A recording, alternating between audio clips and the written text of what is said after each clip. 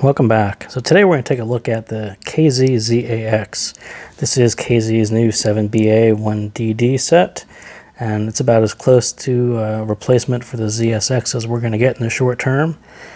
So I want to thank the Yin Audio Store and Amazon for shipping this out to me. If you take a look today, it's about $72, $10 off, and shipped to you in about 2 days. So pretty good deal, little tax for 2-day shipping, but not horrible. So again, thank you to the NU store for shipping that out to me.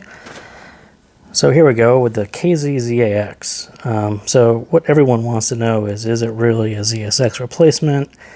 And kind of as a big ZSX fan, I will give you my point of view on it because it's one of my favorites. And I will kind of say generally it's similar but not quite the same. A lot cleaner and a bit less fun. And that's kind of the gist of my biggest issue with the ZSX is if you're a ZSX super fan, if you really love that big V, that big fun engaging sound, the ZSX is a refinement on that. It's not bigger and better. It's actually toned down quite a bit so you can focus on what's new. You know, the new 2 drivers, the new detail, the new resolution. So if you think you're getting something with more bass and more treble, not quite. It's actually reined in a little bit to focus on the important stuff, which they thought was important in the ZSX. So with the, I'll say that we'll get into the cables in a second, but the silver cable, this is the KB ear limpid cable, which I was using on the BL05S, brings back a little bit of fun compared to the stock cable. And so let me kind of start out with, this is the stock cable, and when we get into the sound a bit, I'll say that there's a little bit of ZSTX hiding in the ZSX. You know, that aggressive edge that the ZSTX has, there's a little bit hiding in there, and it's kind of, that sharpness is brought out with the stock cable. So I had switched over to the hibiscus cable. This is a nice 16 core cable I use, and it basically softened off those edges, but probably a bit too soft. So the limpid is sort of the in-between the two. You still get the hard edges that I like from the ZSTX, but not the kind of the frayed edges that kind of pop out on the stock cable. So for me, it was a kind of a nice medium. If you're kind of a bass warmth lover, I would actually go to copper because it actually softens it up quite a bit. This will sharpen it quite a bit, middle ground again. So if you have a ZSX, you sort of have to take that into account, whether you really want something in this more refined stage versus what you already have, which is huge and fun. This is more of, and I'll say it almost leans towards kind of a critical listener in that there's a lot of detail, a lot of resolution that you're supposed to be paying attention to. And if you're just kind of a musical guy and you love that big sound, then you're not necessarily getting anything more out of the ZSX if you're that type of listener. So number 2, so this is hybrid theory in practice. When we talked about hybrids, you talk about more drivers are better detail, better texture. A lot of things that you can't get out of a single dynamic driver should be scalable with a hybrid driver. So for me, the ZSX and the CA16 and the VX were sort of that theory in practice, where hybrids from last year sounded really nice, but they didn't necessarily sound infinitely better than a single DD, like the Blonde BL03. So the ZSX in particular, it sort of gives you a real taste of what that should actually sound like. Why are hybrids a better choice for some people? Because it will give you all that detail and all that resolution, which are not going to be available even on something like the BL05S, which sounded amazing. There was a limitation there on that single DD, and as soon as I switched over to the ZSX, and you hear the vocals and sort of this depth and dimension to them, you're like, oh, okay, that's what people talk about, why hybrids have an advantage in that area, and why a single dynamic driver has a bit of a limitation in that respect. So let's talk about the sound on the ZSX. It's clean and dynamic, very cohesive. Not something that people say with KZ all that often, but they really did a good job of reining in the ZSX into something that's quite cohesive. The bass is just really tucked in there, and it goes all the way through the mids and even into your treble. Nothing really pops out of place. And I don't think people really said that about the CA16, but I think they did get it right on the ZAX. Balanced, and like I said, it can lean musical or critical, depending on how sharp it is and what you're listening for. It'll actually lean both ways, and it's a kind of a nice blend of the two for me. I think maybe critical people or music people will, if you're diehard on one side, it may not be enough for you, but for me, it was kind of a nice blend of those two sounds. And I'll call it warmish. It's not overly warm. It's definitely not as warm as the ZSX. I'll call it warmish. And like I said, it still has a bit of this ZSTX aggressive sound and sharpness, especially on the edges of notes. You really notice it, and it will remind you of the ZSTX, especially with the same cable as the ZSTX. And I think that cable worked really well on the ZSTX because that whole sound was very aggressive, and it's just not quite as aggressive here, and forcing it into kind of a more aggressive sound, I'm not sure, didn't actually work for me, but I think some people, especially if you're just looking for details, I think it actually probably works better for you. I was kind of going for more general, more musical sound. So the bass goes deep and it hits hard, and it's more controlled than the ZSX, but less quantity than the ZSX as well. So they definitely notched it down. It's not boomy and bassy like a traditional ZSX. It definitely fits in right under the vocals. It never overpowers. It just kind of slides right in there, just kind of where you want it to be, especially if you're the critical listening side. Really, really nice. And it does go deep, and it's not, you're never going to say it's lacking at all, which is actually kind of nice. So I call it dynamic because it goes from very light bass to very hard very quickly.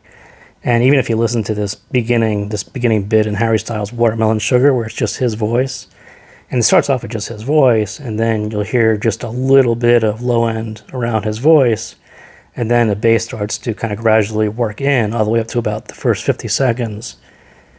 And you could hear it. It's like very subtle, very nice, just slid in there right where it should be. And then at 50 seconds when the drums kick in, you're like, oh, well, you want me to hit hard-hitting drums? I will give you hard-hitting drums. And it hits really hard. And it goes just as deep as you're expecting it to be for a KZ. So I thought it was really great. It's not, if you're a huge ZSX big bass fan, but as far as a cleaner, more complementary sound to the midsection, I think it's really, really good. And like I said, it's a great supporting role to the vocals. So the mids, again, cleaner than the ZSX. There's a lighter sound to them, not as heavy on the ZSX with all that bleed. It's not nearly that heavy. It's much lighter. It's still full, not as warm. And what you're getting back are detail and texture. So what you lost is a bit of that bleed, of that heaviness on the voices, that sweetness to the voice, all that warmth, and it's kind of replaced with detail and depth. So it's a little sharper, a little more detailed, but mostly like there's almost a dimension to the voices that you don't get on the ZSX or even the Blonde BL05S. It's that, again, it's this hybrid theory, this little bit around the vocals that makes it sound really, really nice. So I mean, my opinion was it wasn't as forward as the ZSX. I think the ZSX is quite forward. I think this ends up being a little bit more natural. If you're a ZSX fan, you're going to say some male voices are going to be a little recessed. I mean, barely. But I'll throw that out there. If you're a huge ZSX fan, you'll notice that there's just a little bit more natural offset than there is on the ZSX. And all these midsections and vocals, all very much enhanced by the staging. And I'll call this the forehead vocal. So you imagine when you're listening to the ZAX, typically you're looking like straight ahead, and the vocals are kind of centered in right in front of your eyes. The ZAX, the CA16, kind of move the vocals up a little bit. There's a little height to them, and it's kind of more about your forehead, and it just opens up the soundstage. So now, you're not worried about the mids of the instruments overriding the vocals. They're up a little bit, more room. It's kind of an oval as opposed to, a straight line or some other shape, but vocals are a little higher.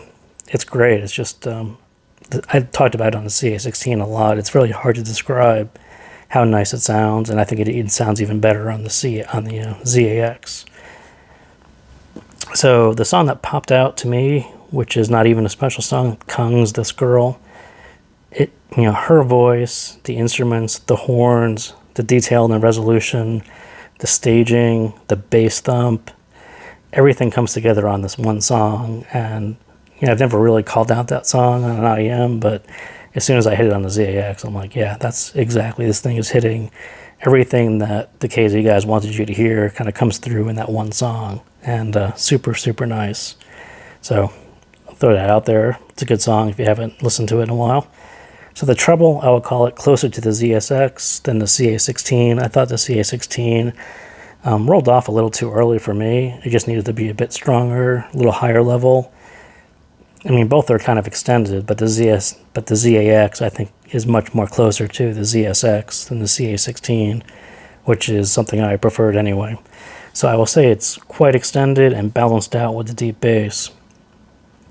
And I think that's the more important part of it, is because the bass is dynamic, and some songs you're not going to hear bass all the time. It's kind of hidden away until it's called for. Kind of on your first listen, it might sound a little bright, and then as soon as you hear like a heavy set of drums, you're like, oh, okay, this thing is in balance, and it sounds really, really nice. But until you hear the two working together, you'll think that maybe the upper mids are a little bright, maybe the treble's a little bright, but when you hear them working together, you kind of get the right idea of, oh, okay, that's what it's actually supposed to sound like. So quite nice, really nice. And I will say they can't hide from the occasional metallic or thin cymbals or high frequency sounds. And even if you listen to KZ This Girl, I think like 3/4 of the song, there's some high frequency sound, and it sounds really thin, like chimes and almost like tambourines, or like they sound compressed and really thin sounding, and it just kind of throws you off. For a second, you kind of lose the illusion. You're like, oh, okay, well, now I remember I'm listening to a KZ. But it's very much occasional, and the ZSX probably have the same problem. The ZSX couldn't get away from all of those problems, but it did very well, and I think the ZAX is pretty much in line with that as well. So the soundstage, like I talked about, it's actually quite wide with some height, which makes it feel quite spacious. And a lot of people on Head-Fi were talking about the vents and the airiness and the openness. Yeah, it's all those things. It's quite nice. I didn't necessarily think it was wider, but it's bigger than the ZSX was how I would describe it. I didn't really have any problem with it, and I thought the height does wonders for the sound. And I said the same thing about the CA16. I think what KZ and CCA did on both of those makes them sound great, and just works together with everything else here as well. So that's about it. Again, I sort of really, really like this one, but do consider, if you have the ZSX, do you really want to trade that fun, big sound for something more refined? If you do, the ZAX is kind of in your wheelhouse.